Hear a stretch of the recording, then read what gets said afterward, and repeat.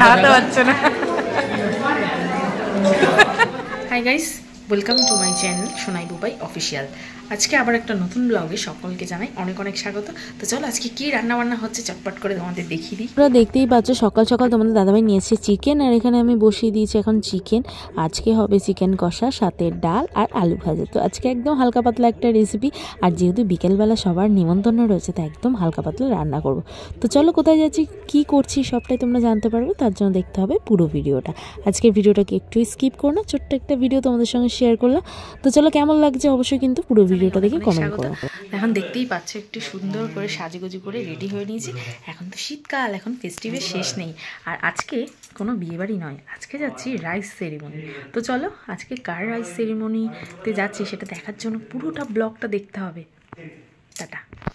তো পুরো ব্লগটা কন্টিনিউ করো, সবটাই তোমাদের সঙ্গে শেয়ার করো। চলো এখন যাওয়া যাক। আর আজকে আমাকে এই ড্রেসটা পরে কেমন লাগছে অবশ্যই, মানে শাড়ি এটা পরে কেমন লাগছে অবশ্যই কমেন্ট করবে। ওই যে উনি ওদিকে রেডি হয়ে গেছে, চলো চলো করছে। চলো টাটা। এই যে তুমি একটু হাই করে দাও সবাইকে। হাই করবো না, এবার করবো বাই বাই। ঠিক আছে, টাটা।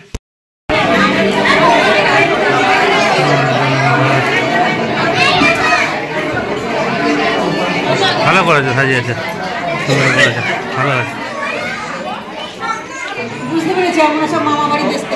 এই যে এই যে এই যে তাকা তাকা তাকা, এই যে বাবা ফটো তুলবে না, আঙুলি খেয়ে যাচ্ছে।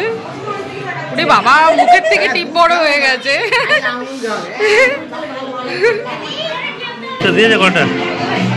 তো বন্ধুরা আজকে আমরা চলে এসেছি, দেখতেই পাচ্ছ একটা রাইস সেরিমনিতে চলে এসেছি। আর পুচকুটাকে তো তোমাদের সঙ্গে শেয়ার করলাম কি কিউট লাগছে। তো এখন দাঁড়িয়ে গেছি আমার প্রিয় ফেভারিট ফুচকা খেতে, আমি আর আমার শাশুড়ি মা। এইবারে ফুচকা খাওয়া হয়ে গেলে চলো তোমাদের সঙ্গে আজকে শেয়ার করব আজকে মেনুতে কি কি আছে। আজকে কিন্তু ফাটাফাটি আর ধামাকাদার সব মেনুগুলো, সেগুলো দেখতে হলে ভিডিওটা একটু স্কিপ করো না। তো বন্ধুরা যেহেতু শীতকালের রাত আর চারিদিকে বেশ কুয়াশা পড়েছে, আর এখন ঘুরতে বাজে প্রায় 10:30টার কাছাকাছি।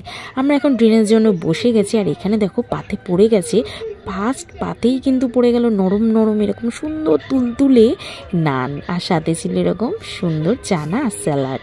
আর তারপরে চলে আসলো এরকম গরম গরম তোপসে ফ্রাই। জাস্ট আমি ভেবেছিলাম যদিও হবে হয়তো ফিশ ফ্রাই, কিন্তু ফিশ ফ্রাইটা পাইনি বলে আমার একটু মনটা খারাপ হয়ে গেছে। তো চলো নো প্রবলেম। আর এখানে দেখতেই পাচ্ছ চলে এসছে তারপরে সাদা ভাত, সাথে ডাল, আর এরকম একটু লেবু চিপিয়ে খেতে যা লাগছিল, দারুণ লাগছিল। তো চলো এখন খাওয়া দাওয়া করে নিই। আর আরো কি কি রয়েছে চলো তোমাদের